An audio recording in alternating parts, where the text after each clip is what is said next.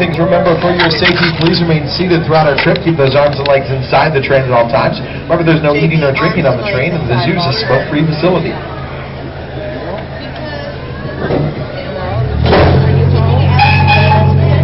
As I leave the station, you can wave and shout for Harry. That means goodbye in Swahili. Bye, guys, for Harry. See ya.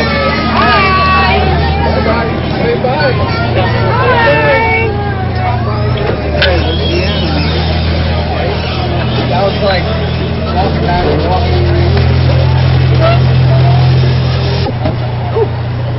You okay, Sky?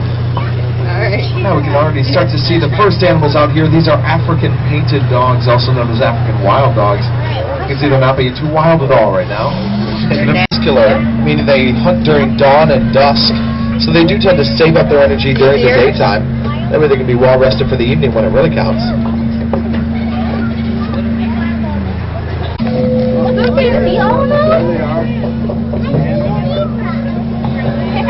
As we make our way out onto the open savanna here,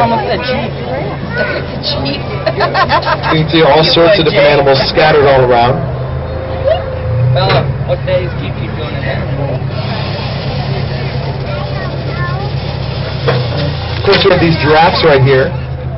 The tallest land animal. Giraffes can grow up to 18 feet tall, with 6 of those feet in their neck alone.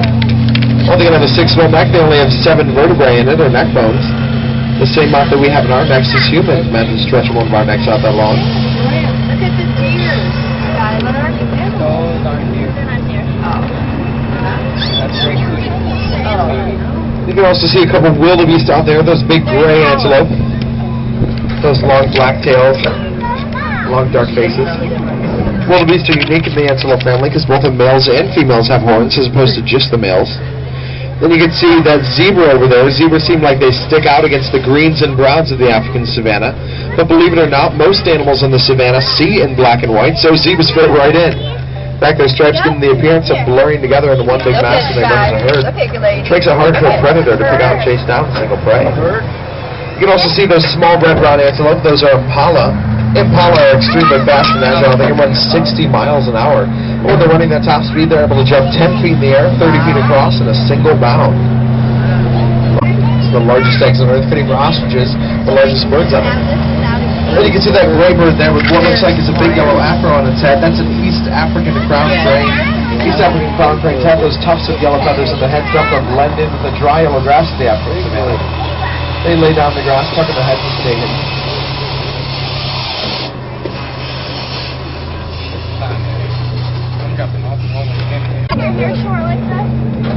Up ahead, you can see that we're starting to come up on these 2 replication termite mounds.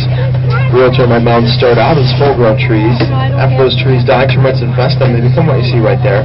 They grow up to twice as tall as that, depending on the size of the original tree. And the single mound can house over 1 million African termites. The smaller, darker mound there represents an inactive mound, meaning the termites have moved out, moved on to find new food.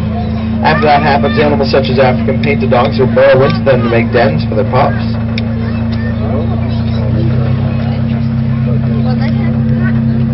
Afterwards, burrow into them. Look at him running out there. Look at Skylar. Look at him running out there in the wild.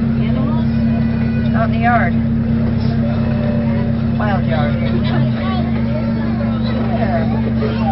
We're coming awful close to the giraffe. Look at how close we are. You can see we're passing a group of helmeted guinea fowl here known as Africa's chicken. I'm sure you can see why. Helmeted guinea fowl are sometimes used like guard dogs on farms in Africa. Farmers know that those guinea fowl squawk like crazy. There's an intruder on the farm, human predator, anything like that, alerting the farmer and the animals that something's not quite right. It's like they're guard dogs. You can see that young giraffe there is kind of trying to intimidate the wildebeest, just following him along there.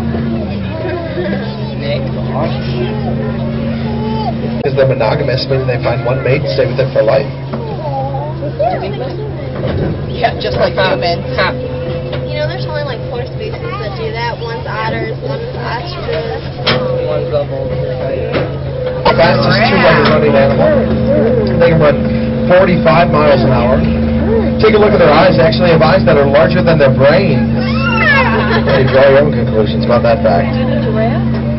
All those ostriches are female, you tell, because they're both brown. Females are brown, males are black. I didn't know that. Their spots are black. Then we can get a great look at those two giraffes, one adult female and one young giraffe there, about 2 years old. The two young giraffes.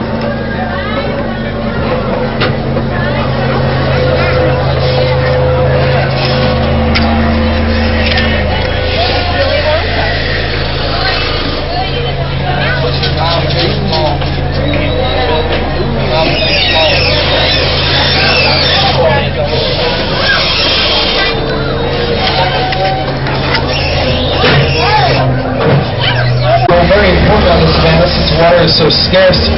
Then we have up there a couple greater kudu with those horns on their heads which grow with them throughout their entire lives. They've been known to reach lengths of up to 6 feet. You can see those two big griffin vultures on the ledge there. They can have a 6-foot wingspan. They're scavengers. They don't hunt their own food. They eat the scraps of predators that are left in the savannah, known as carrion. Then we have these two white storks down in the grass. White storks are mute. They communicate by flattering their bill. It's like their own form of Morse code.